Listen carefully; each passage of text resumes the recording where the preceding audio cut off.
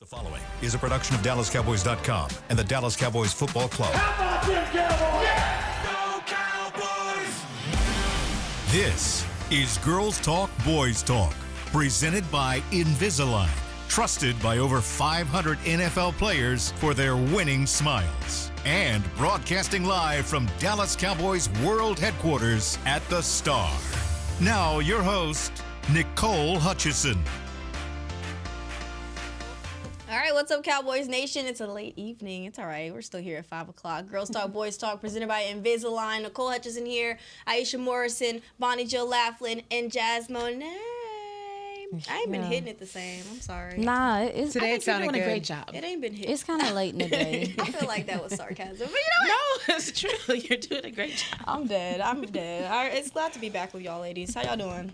This is Thursday. Yeah. My days are running together. Yes, Thursday, a couple more days till the game day. Let's go through our injury roll call real quick. Deron Bland, of course, did not participate. We can expect him a few weeks down the road. I don't think I can expect him to be back anytime soon.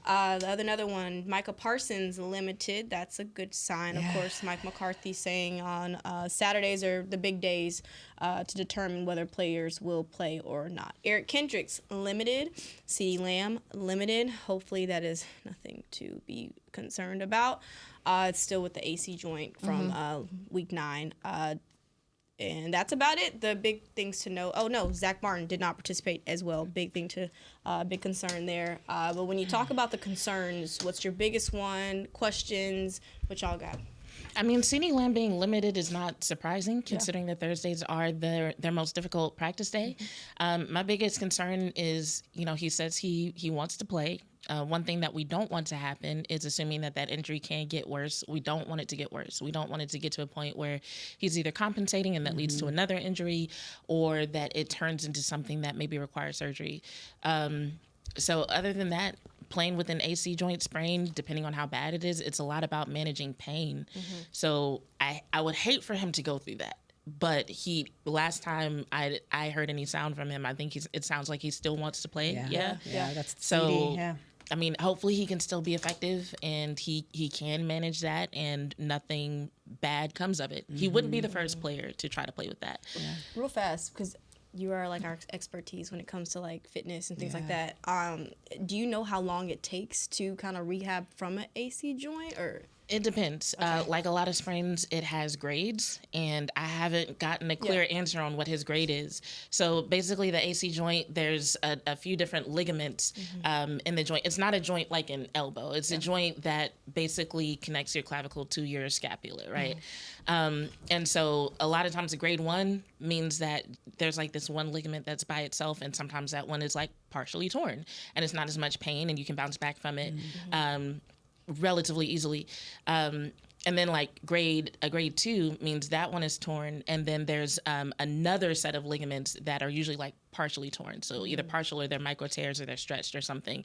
And then a grade 3 means they're all torn, and it hurts a lot, and you might have to have surgery in some cases, and it takes a while to get over that pain. So rest is like the big thing?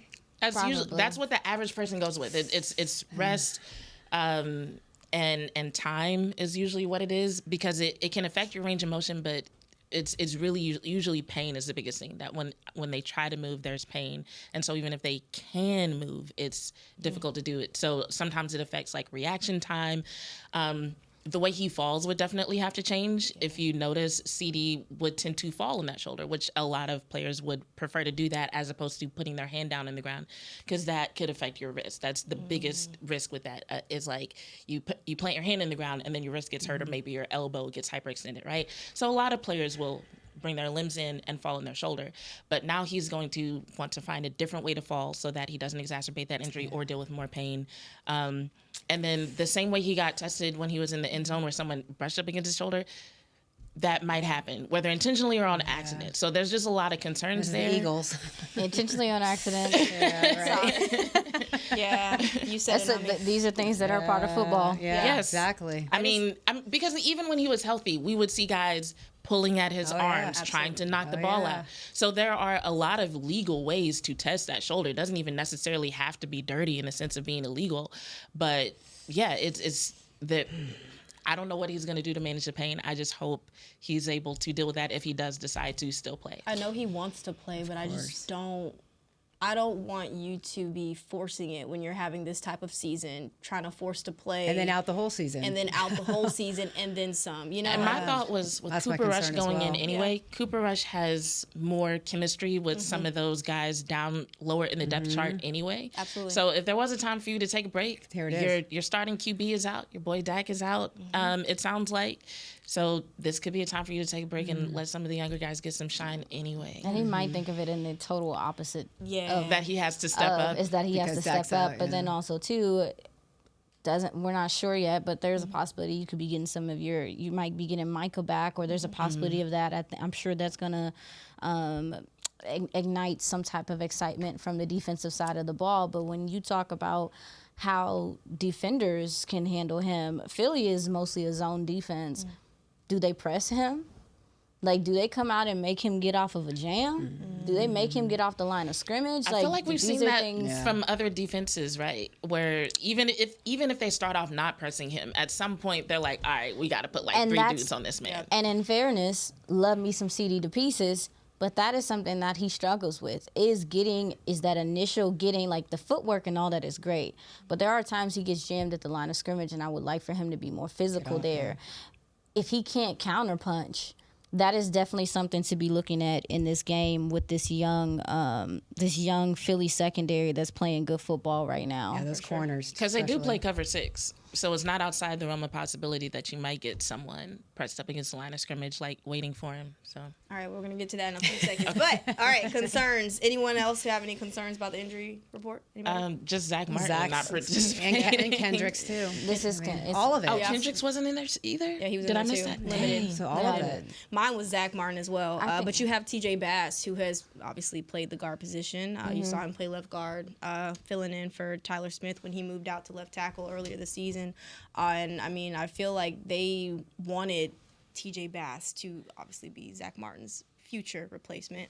So what do y'all think about TJ Bass possibly taking over for Zach Martin? We'll see. I mean, If it happens, this is just... I mean, I think he'll hold serve, but there are things that I do think, like with TJ Bass, that I was disappointed in and have been disappointed in a little bit to this point. With some of the combo and duo blocks, he's successful, but when he's being asked to do things individually, and when we talk about the defensive tackle matchups that this interior is going to have to see this week with Jalen Carter and Davis, I mean, and then their linebackers and what they do, blitzing them and stuff, this is a maybe not so fun place to be in. But if Zach isn't healthy, we have been seeing pieces of that on the field and things like that. So get a healthier guy in there and see what you can do if he's not able to go on Sunday. They need to look into a sandwich sponsorship because so many subs. So many subs. Wow. That was good. We need a was ding. good. Thank you. Subway, Thank I like you. that. All right, I'll be the ding for you. Ding. That's All right, good. we're going to take a look at this Eagles defense. They're third in the NFL in yards allowed, giving up only 290.3 per game. They're one of 9 teams allowing less than 20 points per game. And when you put that into perspective, the Cowboys offense haven't scored over 20 points this year, and that was with Dak at starting quarterback. Things that stand out about this Eagles defense that concerns you the most? I would say their defensive front. So I think what we saw in the past couple weeks is that if we do get the running game going even a little bit, it is going to depend on the O-line being able to get to the second level. And I'm not confident that it's going to happen against these guys. Yeah. So there's that, and the fact that they're just generally sound. They don't do a lot of trickery, a lot of disguising. These guys are just good, you know? So it's really going to be like, okay, can you handle your assignments? Can you handle your matchups? It's not going to be so much of, okay, is there a way that we can, well, actually, no. If the Cowboys ran motion, they could probably do something with that. Hardly. But a lot of that is just going to be like handling the dude that you're on, handling the man in front of you. And while we have seen, I do remember seeing a couple of bright spots of that against the Falcons, but it's not consistent. So that's probably my biggest concern right now. Yeah, we were talking a lot about that, the defensive front and the light box, and that was one thing we were concerned about. And then interior, it seems like they have interiors where there's a lot of concern for pressure there. I mean, when you talk about, and you mentioned cover 6 earlier, you know what cover 6 tells you? They can rush the passer. Yep.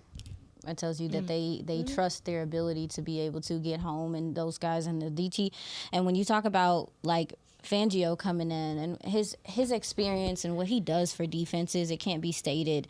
Like with Philly, I'm telling you, like last year, their run defense was not that good. And to start this year, I wasn't super impressed with it, with how much they put into those defensive tackles and being run stoppers. But their front seven stands out to me, and what they're able to do with their front seven, because you have a Zach Bond and a Nakobe Dean, also too a Brandon Graham. These are all guys that can rush the passer, can blitz, can show that threat. And what they do with their defense is that they, to Jazz's point, like they're not disguising a whole bunch, but they will situationally and catch you.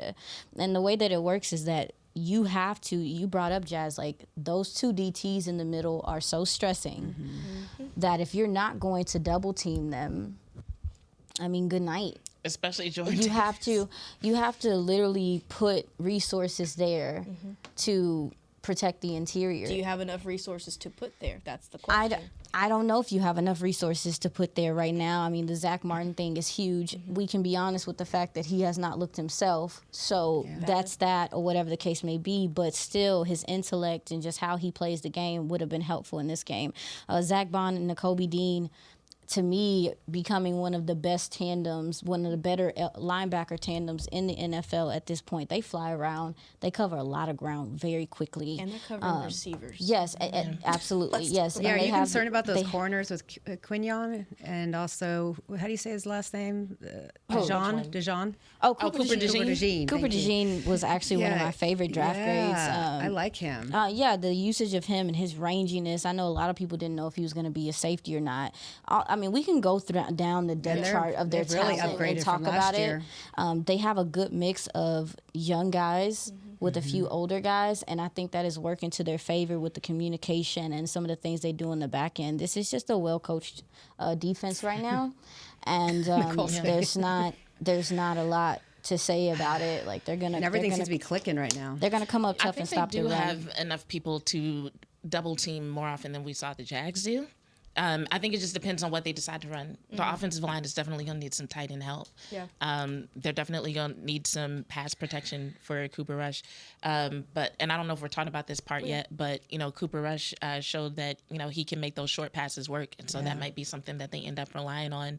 That's to something their that benefit. so yesterday I talked to Cavante Turpin about that, and they were like, I was like, what does he do that you feel Dak doesn't necessarily, and this was no shot to Dak. This was just him saying, like, we haven't seen much of what Dak does as far as getting the ball out a little bit faster. He says that Cooper Rush does that, and that can be something that they can kind of take advantage of, and just being a part of scout team has helped them with the chemistry, so I like that. It's something they're going to need to take advantage of, I think. Absolutely. Yeah, I mean, these DTs, don't get me wrong. Now, Jalen Carter can get there quick, fast, in a hurry. He has a little bit more explosiveness than Jordan Davis does, like, off the snap. But they're just relentless in their pursuit. Like, you can't sit back there and just sit back there in the pocket and think that they're not going to get to them at some point in time. They get tip balls. They get their hands in the air. This is just a disruptive bunch. And I don't know. I think the Cowboys will have opportunities to maybe use Jake Ferguson, Rico Dowdle, some of those guys in the flats and stuff, because just like the defense you saw last week, this defense does play off, which, like I said, I wonder if we're going to see a philosophy change, because I think the way that they run defense is also contingent on Fangio has his system and stuff, but I wonder if they say, okay, we're not going to let CD beat us in this game, and they have someone face guard him. But I feel like even when they do play off, you see plays where they're, like you mentioned, they're so relentless. They find ways to still make plays. So it's kind of like the speed, like the overall it's team crazy. speed, the defensive speed is there, and what those linebackers do. But I don't know.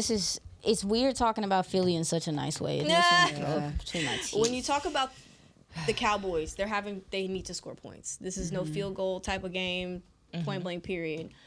Where will the points come from? I mean, who are you relying on to be that red zone threat if you're the Cowboys? I mean, if Ezekiel Elliott is back, I think he can still be a red zone threat. Outside of that, I think, like what you mentioned earlier about Ferg and Rico, They seem to be able to get themselves in position for some short passes. Lipke seems to be a little bit more reliable this season. Well, so. Yeah, you have options depending on how they decide to run it. I think the offense in general is just going to look slightly different because although, they talk about the continuity from quarterback to quarterback, every time we see Cooper Rush go into the game and they're relying on him from the start, we do see a little bit of a different style of offense played. So, yeah, I think they have options, and it's not like – I'm trying to think of the best way to say it. It's not like there's a lot to lose there. Like when it comes to the red zone performance, the only way they can go is up. So I say start exploring those options once they get to the red zone, and I think any of those guys could help out.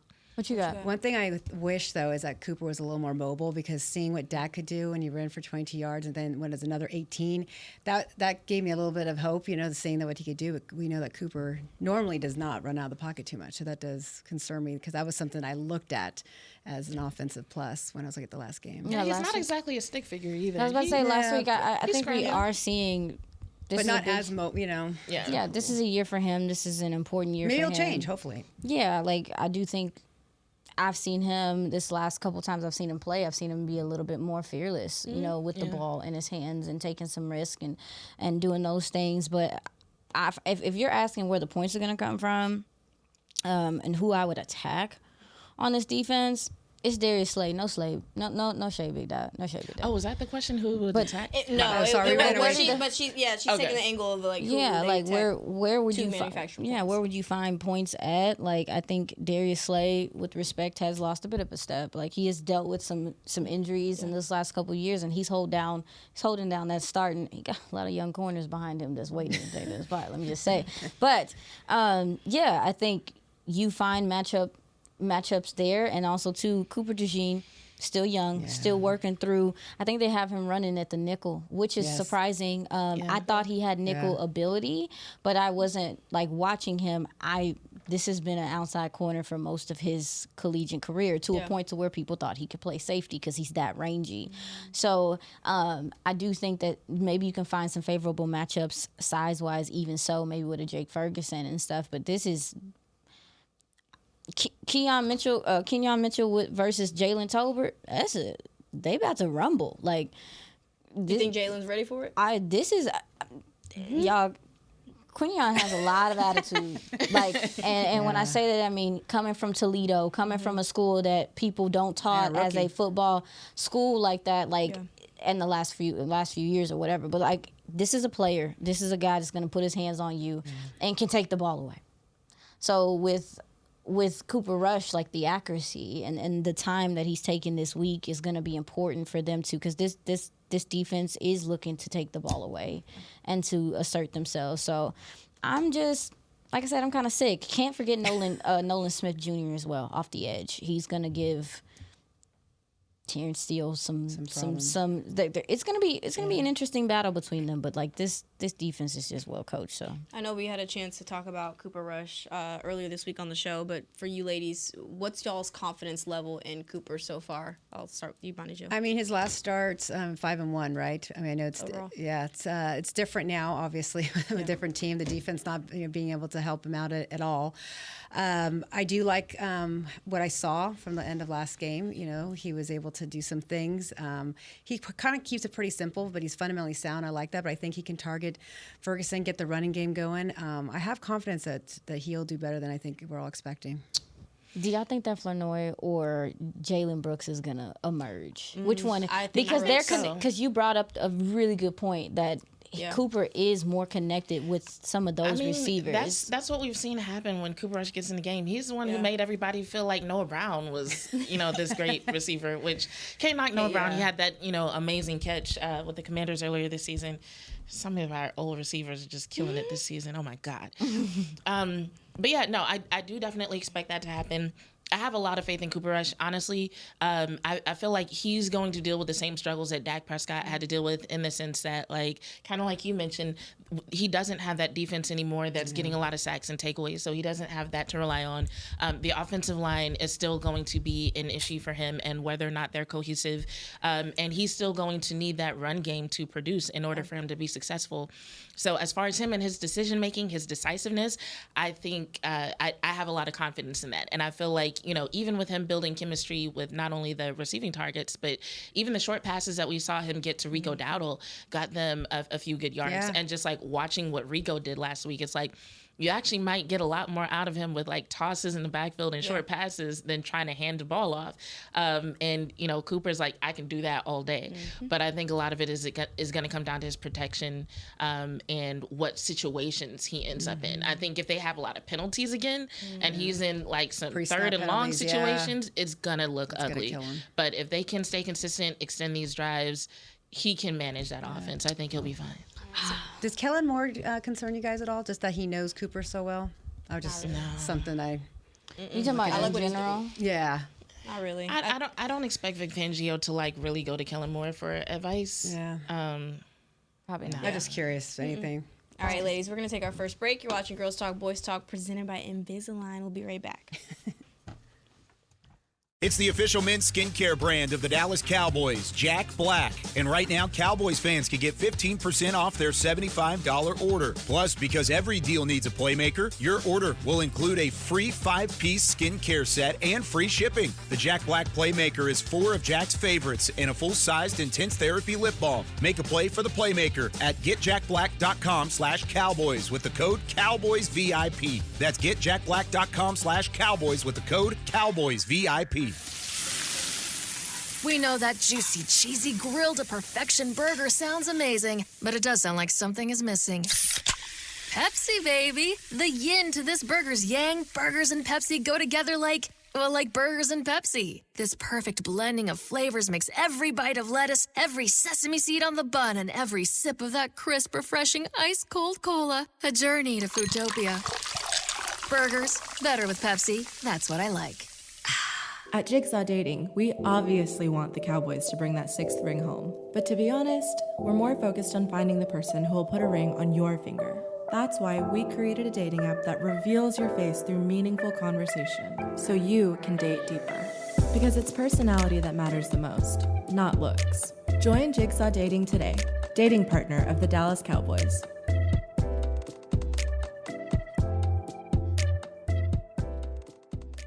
The Dickey family always mandated that the only Polish-style sausage worthy of their restaurant must have high-quality coarse ground beef and pork, rich spices, and fresh natural casings. We still serve it to this day, and it's so popular, Dickey's sausage has been named the official sausage of the Dallas Cowboys. The perfect matchup on game day. Dickey's Barbecue Pit. No one outsmokes us. Order at dickeys.com. For groups, call 866-BARBECUE. Dibs on the ribs.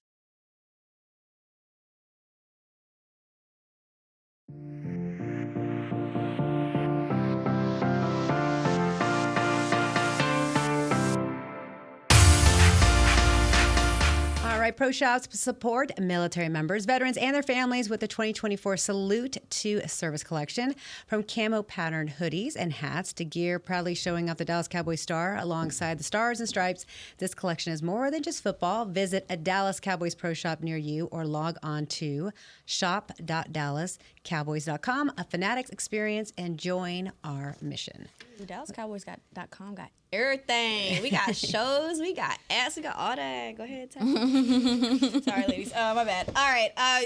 Aisha mentioned how they run cover 6. The Eagles have utilized cover 6 on a league high 20.5% of dropbacks this season, allowing opposing quarterbacks to average just 6.3 yards per attempt when doing so. So you kind of mentioned already the best way to attack the Eagles secondary. For you two ladies, which way do you feel like that key matchup will be in the secondary? What? I'm sorry. I'm not sure who's going to be on who, because like I wasn't convinced that CD was going to be playing. Yeah, that's what I was saying. Yeah, I don't know.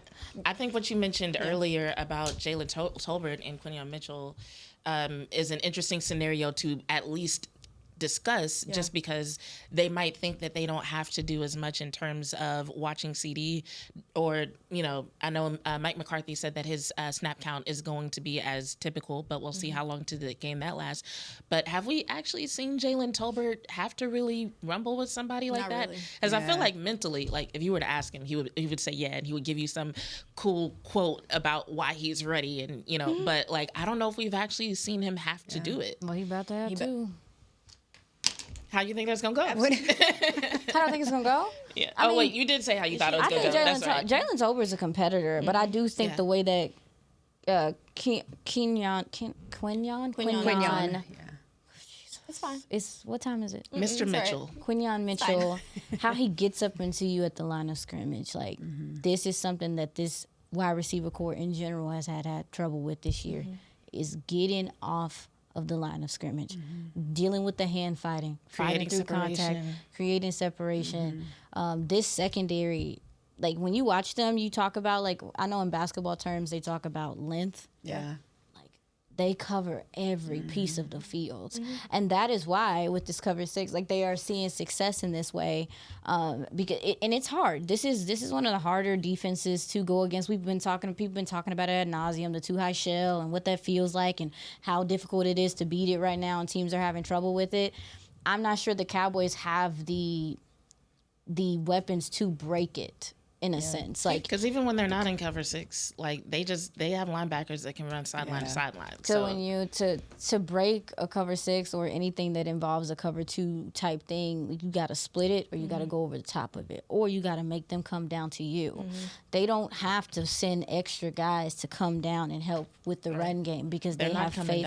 Yeah, they have faith that they have guys. So because they don't have to allocate anyone else to the line of scrimmage, they can drop them in coverage, and it is going to make it a lot more difficult for your quarterback to find windows within this defense. And again, they're betting on it. Yeah. They're betting on it. And they're also betting on their pass rush that is coming along, getting home too. So the Cowboys specifically, they are going to have to be able to sustain drives too, because we have not seen explosive plays all year. I'm not going to sit up here and act like they just going to magically fall out the sky. And that's what I was going to add is that I'd love to see him kind of piggyback off what you said. Obviously, probably Tolbert's going to end up drawing the double, but be able to, like, I don't know, take some risks and have Flournoy go deep. You're going to have to see what happens. I don't expect them to have a lot of deep plays like that though, because I don't expect Cooper Rush to have enough protection long enough for him to. Well, I mean, he did. Yeah. Go ahead. Possibly. No, you're go ahead. No, if so, I mean, maybe this is a game where you're going to have to see a little bit more of Turpin, because them more targets on Turpin, ain't going to cut it no more. No. I mean, you have to have a deep ball threat. Granted, they don't give up a lot of explosive plays, but this is a game where you're going to need to do something. Of course, start the run game, get the run game going, and then get them over the top. Are we saying the Cowboys can't win without a deep ball threat? But this game, respectfully, that's kind of been going up against a defense like this. Yeah, exactly. That's why I'm saying you got to take the risk and do it. That's how it is. You either got to have somebody that can work the seams like a Jake Ferguson and split that too high, go over the top, or you're going to methodically have the discipline to methodically chip away and just that's what you do with a scheme like this. You have to just chip away. That's what I was thinking chip they away would do. That's how you should do it, but teams don't have the discipline to do that. This team damn sure don't. You're not wrong. That's what that scheme, that's why that scheme is so hard, because it is literally betting on the fact that you're going to make a mistake, you're going to mess up, somebody's going to overthrow someone or something, and then it resets the clock. So you have to dictate coverage. The Cowboys need to come. I don't know. We saw some decent things in the run game last week. I don't know how they run the ball the same way against these humans, but you got to at least make an effort to run the ball. You have to keep them honest, because they know what's up. Philly know what's up. Like, if CD ain't playing or if CD is playing, they know what's thinking, up. like, oh yeah, they know what's up. They're gonna be coming downhill. They're gonna be jumping everything, and we know this is this is a rivalry. Big time. I think Mike McCarthy might come out and do some things that surprise us. Like, they might, but do they sustain I would love that. That's the only thing. Do they need to sustain it, they or do they need to do just enough? I think because for real, because it's like enough for me. The Eagles are very good, right? Yeah. But they have let some teams who they should have beaten soundly get back in these games. Jacksonville, yep. And so, like, okay, if we want to do Cowboys fan fiction, right? That's one of my favorite games. So we want to do Cowboys fan fiction, and we want to talk about how the Cowboys can win this game. I do think that it would be more likely a situation where they do just enough, then they just come out as a whole new team. And by just enough, I mean just enough shifts, just enough motion, just enough like just a couple of deep balls, like timed at the right time for them to like either extend the drive or get into the end zone. I don't see them doing doing a whole lot because that would just require so many adjustments in 1 week. That would be wild. Do you feel like tempo works on this team? With Cooper Rush? Tempo does work. Tempo don't work when you have penalties. Tempo don't work. It worked in the fourth quarter against the Niners. Yeah, because the thing about the tempo side of things is that guys got to be set. Guys got to have the reads. Guys got to have the calls. And when you go hurry up, there's a unison that you have to have that. With this offensive line getting the amount of pre-snap penalties that they have, it is a lot more difficult to go hurry up because you go hurry up, play, you're off the field. Yeah. You're off the field.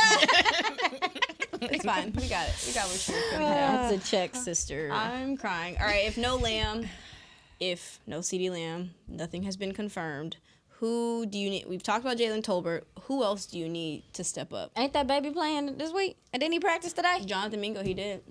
Somebody do something. Yeah, Which baby? Once again, so many subs. Yeah. He's a nugget. Somebody do something. I feel like there's several nuggets on the field. Listen. I got a nursery. What's He y'all- here now. What have do y'all expect him to play? And if so, what have y'all seen from Jonathan Mingo? I heard from you already, y'all too. What do you think about him? What have I seen from Jonathan Mingo What you think that about I him? think he could contribute? Don't talk about his drops. Everybody just talk I about wasn't his going to talk drops. about his Don't drops. I was talking about his size. Yeah, it sucks. His but size is what His I like. size and his physicality. Yeah, that's what I He like. has a type of controlled aggression that could definitely be an asset. I think he needs more experience. I don't think he's a bad player. I think he needs guidance because they're just like little things that a receiver should know how to do. Like that. Like I was trying to watch some film of his, and there are times where it's like, okay, he could get a couple more yards, but he ran out of bounds, or like just wasted movement on some of his routes that I feel like someone like Brandon Cooks or CeeDee Lamb could definitely help him limit, or just knowing when to be low and when to be high when trying to create separation or jump for a ball against a defender. Little things like that I think would make a big difference in his numbers, because I think a lot of people are looking at his stats and they're looking at the low lights and they're just like, oh, he ain't nothing. But he has some things to offer. He just he's raw. He needs a little bit of refinement. So I think if he develops enough chemistry with Cooper this week, especially considering that like they're probably going to rely a lot on short passes, I think his size and physicality could be an asset. Quick slants and stuff like that. And what I like that you said, Aisha, I mean, this is kind of a big size to say this, but the Debo comparison that he has, because he has a big body and he is quick though. What I do like about that, he ran a 4.4.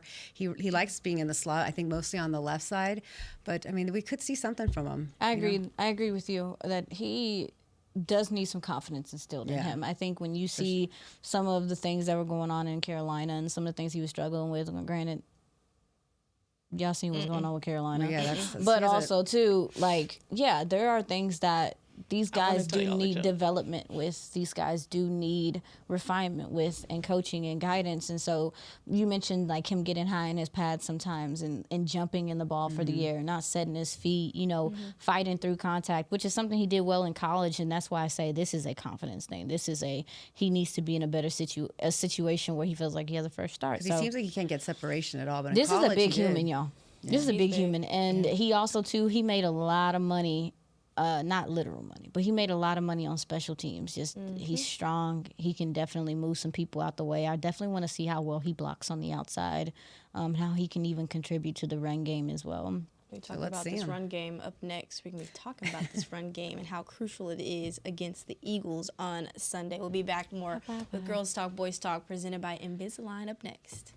I got a joke. The Dickey family always mandated that the only Polish-style sausage worthy of their restaurant must have high-quality coarse ground beef and pork, rich spices, and fresh natural casings. We still serve it to this day, and it's so popular, Dickey's sausage has been named the official sausage of the Dallas Cowboys. The perfect matchup on game day. Dickey's Barbecue Pit. No one outsmokes us. Order at dickeys.com. For groups, call 866-BARBECUE. Dibs on the ribs.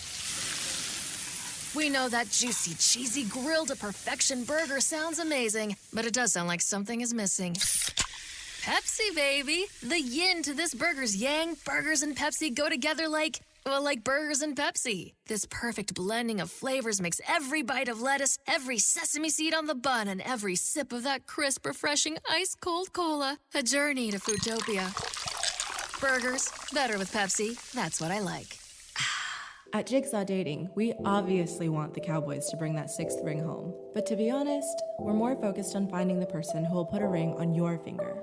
That's why we created a dating app that reveals your face through meaningful conversation, so you can date deeper. Because it's personality that matters the most, not looks. Join Jigsaw Dating today, dating partner of the Dallas Cowboys.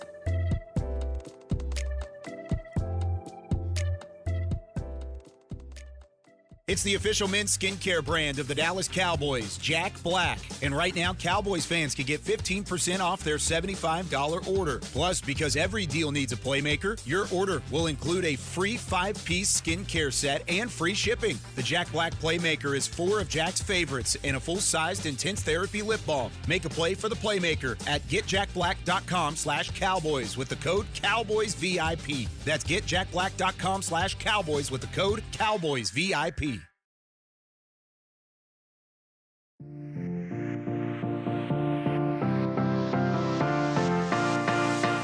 Cowboys Nation, it's time to get the giving season going. Tune in to see country music superstar Lainey Wilson and special guest performance during the Salvation Army's annual Red Kettle Kickoff halftime show this Thanksgiving on Fox. Every donation stays in the community to provide help and hope for those in need. So tune in to watch the Cowboys, Giants, and Lainey Wilson this Thanksgiving and give today at salvationarmyusa.org. And we can beat the Giants, I think. See what I did there? I think. I felt like I was just trying to add a little like razzle dazzle to it. Okay. All right. Run game had some success last weekend against the Atlanta Falcons. How much success do you feel like they will have against the Eagles? I think if we utilize both Dalvin and Rico, because we had some success doing that, I would like to see Dalvin get, me personally, a little more touches, and he's kind of an outside zone guy, so why not try to get him out, outside, because that's where the Eagles would struggle, so that's where I'm at with the run game. Because I'm still going to rely on the cohesiveness of the offensive line. What was the question? How much faith do we have in the run game? Yeah. I think they could have a similar performance in some regards, especially if Cooper Rush utilizes more of those tosses as opposed to handoffs. Rico Dowdle seemed to do really well with those. So I think if they can build on the momentum of that, I feel like that's their best chance. Because, honestly, the offensive line, they weren't getting to the second level a lot. I can think of one play off the top of my head where they actually did, and it was a good one. It was a 15-yard play in the red zone. So, props to them. But it was one time. Mm-hmm. And outside of that, you're seeing a lot of instances where Rico is literally tripping over O linemen who go to the ground with the guy that they're supposed to be protecting him from. So it's when stuff like that is happening, it's just the handoffs just aren't working. Stop sending him through the A gap. So I think those tosses could work. Okay. I think Dalvin could do some work. And Ezekiel Elliott is still here. What about a little Hunter Lepke too? I don't know. Yeah. Throw him in there a little bit. I don't think we forgot about Zeke. We ain't forgot about Zeke. I was just asking. No, you're right. I think there's just not a lot to say about him because we've actually seen Rico a little bit more consistently at this point, whereas we're still waiting on that consistency in Zeke's usage. Mm-hmm. So I think once that happens, people have more to say. You're right. Okay. I think you can do some boots, some waggles, some rollouts. You mentioned did you say some boots? Boots. Explain that, please. Thanks. Oh my God. How? Because I'm over here. I gotta draw it for you. It's fine. I'll draw it for you. But yes, I think you can do some things attacking the intermediate to flat. So right or coming out of the backfield, Covante Turpin, those guys, you can get quick, easy yardage because of the soft coverage that they do decide to play. It is designed to give you space and to give you false hope. So. And you have to take advantage of that, like you do. If they're going to play soft covers, then you got to make them pay, take the yardage they give you, and hit them in the mouth when you get opportunities. That's going to be the big thing when you talk about the explosive plays. They don't give up explosive plays like that. You got to catch them on their heels with hurry up, with substitutions and stuff like that. Cooper Rush is a veteran. I'm hoping that he's able to utilize some of that savvy at the line of scrimmage. We haven't seen Dak do that as much this season, which has been saddening. I think that has more to do with who's around him than him, which is why I'm concerned about what Cooper Rush will be able to do in that regard as well. I will say one thing about Cooper Rush, though. The thing about him and the way that he plays football and how he operates, Dak Prescott is a very much so off.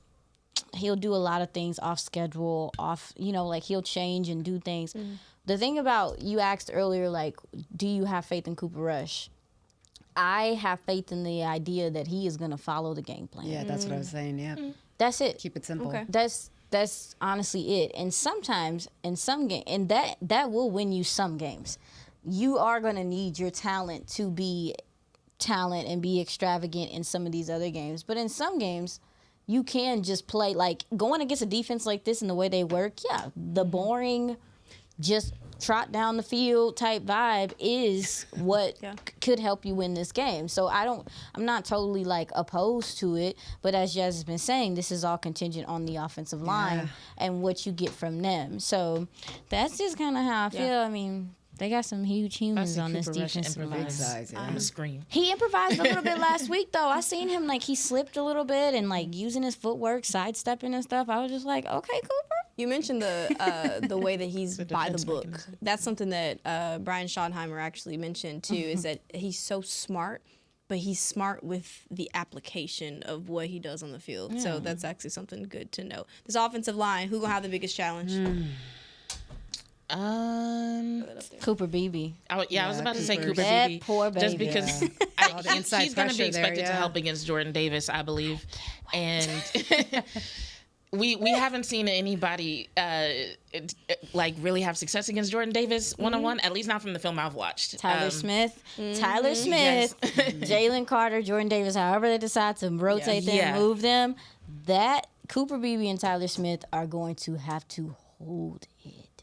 Yeah. This is why you drafted guys like together. that. But this is literally for a matchup like this. This is within your division. When you draft, you are drafting for within your division. Right. They drafted Cooper Beebe for a time such as this. This is literally like mano-y-mano, moving people off the ball. Yeah.